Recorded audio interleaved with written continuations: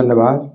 तो महाराज बहुत अच्छा महामंत्र की व्याख्या भक्ति विनोद ठाकुर के माध्यम से कर रहे हैं किया, और अभी इनका प्रवचन चलता रहेगा।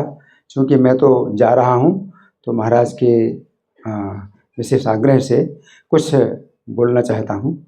तो इस मंत्र जो पुंसवन व्रत का मंत्र है, जिसमें कि रोज़ 1 साल तक भगवान की इस मंत्र से पूजा की जाती है। इस मंत्र में भगवान के 3 नाम हैं।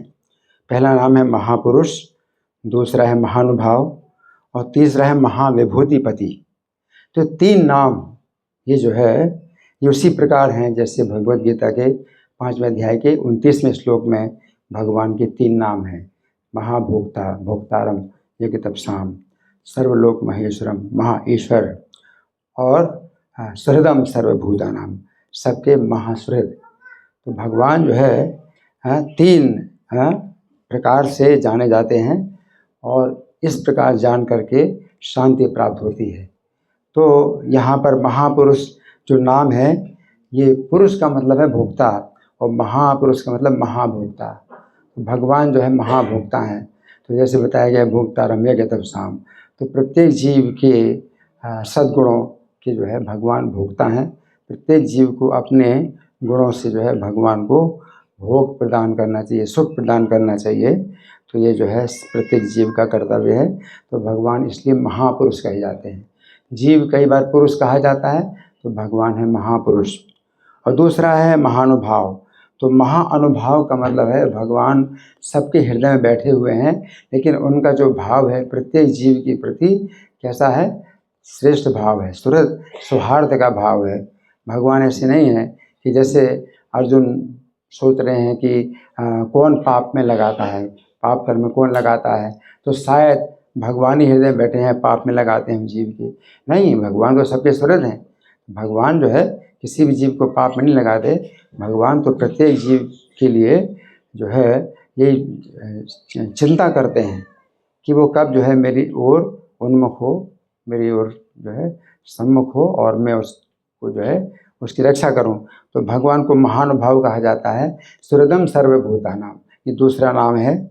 और तीसरा महाविभूतिपति। तो इसमें गीता में जो सर्वलोक महेश्वरम, तो भगवान समस्त जीवों के महान ईश्वर हैं। तो यहाँ पर बताया गया महाविभूतिपति। तो 3 प्रकार से हर कोई व्यक्ति जान लेता है भगवान को, तो ज्ञात्वा माम शांति मृच्छति, उसको शांति प्राप्त होती है।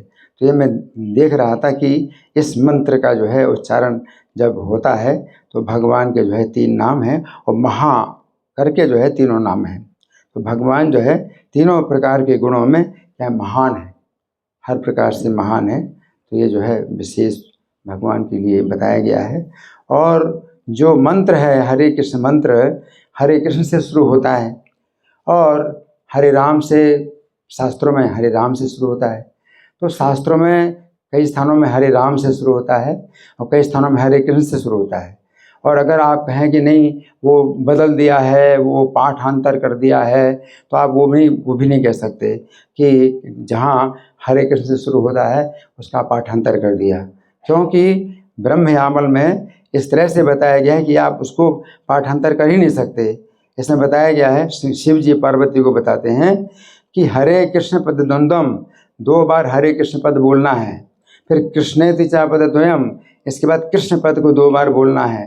तथा हरे पद द्वंद्वम, फिर हरे पद को 2 बार बोलना है। फिर हरे राम इति द्वयम, फिर हरे राम को 2 बार बोलना है। हरे हरे ततो ब्रूयात्, फिर हरे हरे बोलना है। हरे नाम संवत्सरेत् महामंत्रम त कृष्णस्य सर्व पाप प्रणाशकम। तो हरे नाम भी इसको कहा जाता है और हरे कृष्ण महामंत्र भी कहा जाता है।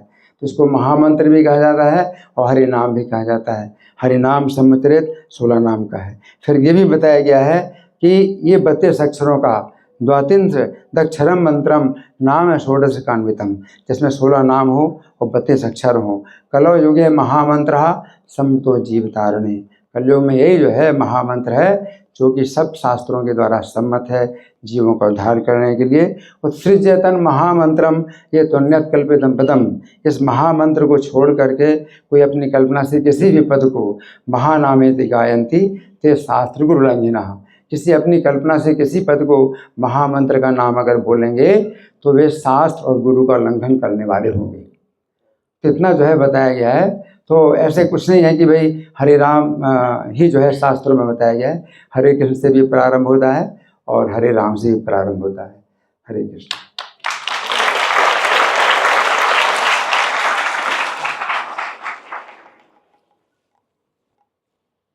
और किसी का कोई प्रश्न है?